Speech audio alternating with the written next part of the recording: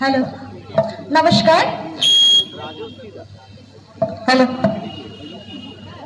Little magazine মেলাতে কবিতা বলতে আসার জন্য আমি নিজেকে অনেক ধন্য মনে করছি।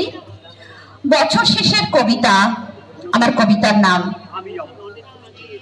প্রতি বছরই বছর শেষে এসে কিছু মানুষের মধ্যে একটা বাড়তি উন্মাদনা লক্ষ্য করি। হ্যাঁ, উন্মাদনা কথাটাই বললাম, তার বিশেষ কতগুলি কারণ আছে।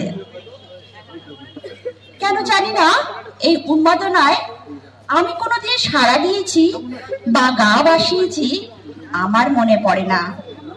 রোজকার নিয়মে যা স্বাভাবিক আমার কাছে তাই করি।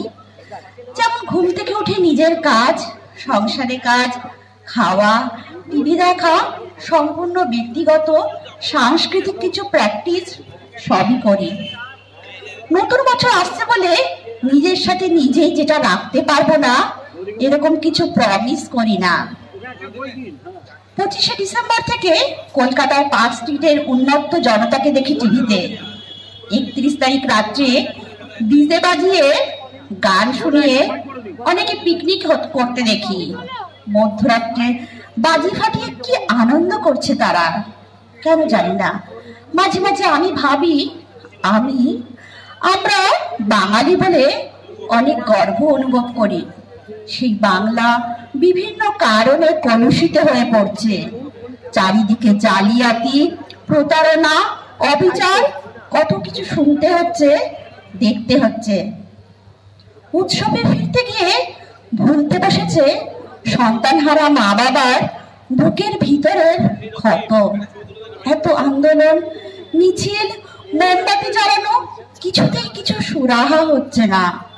রাস্তায় বসে বছরের শেষে দিন রাত কাটাবে স্কুল শিক্ষক, নিজের অধিকার আদায় নিয়ে লড়াই করবে অনশন করে। হায় রে, আমাদের এই বাংলা!